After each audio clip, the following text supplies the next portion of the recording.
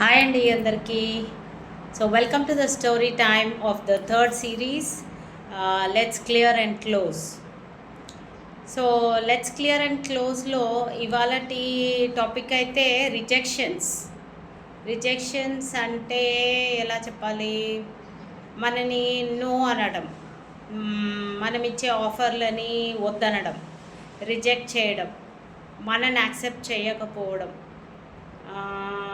మనకిష్టం లేని ఆన్సర్స్ రావడం,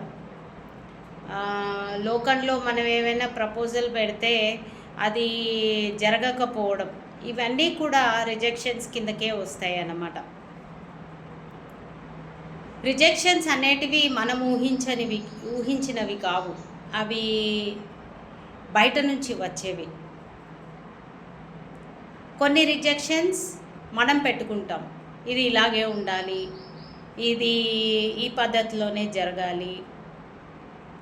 మన మీద మనం కంట్రోల్ పెట్టుకునేవి మన మైండ్ సెట్ రిజెక్షన్స్. లిమిట్స్ బంధించుకుంటాం, లిమిట్స్లో పెట్టుకొని బంధించుకుంటాం. సో దానివల్ల ఏమవుతుందంటే ఫ్రీడమ్ అనేది చాలా తగ్గిపోతుంది, క్రియేటివిటీ చచ్చిపోతుంది, అండ్ అనుకున్నంత రిజల్ట్స్ రాకపోవచ్చు. ఎలా చెప్పాలి ఇవి? ఫర్ ఎగ్జాంపుల్, మనం ఒక దారిలో వెళ్తూ ఉంటే ఒక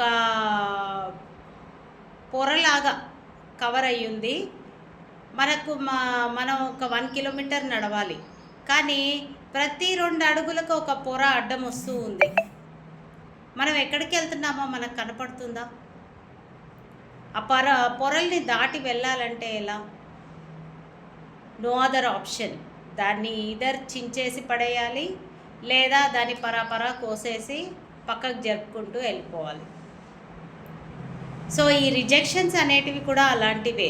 అవి ఏవో చెప్తాయి, అడ్డం వేస్తాయి, అడ్డుకట్టలు కడతాయి, కానీ మనము వాటిని యాక్సెప్ట్ చేసుకోకుండా వాటిని తెర తీసేస్తే మనకు విజన్ అనేది క్లియర్గా కనపడుతుంది, మన గోల్ ఏంటో మనకి క్లియర్గా తెలుస్తుంది, అండ్ సక్సెస్ అనేది మనకు చాలా బాగా రీచ్ అవుతుందన్నమాట.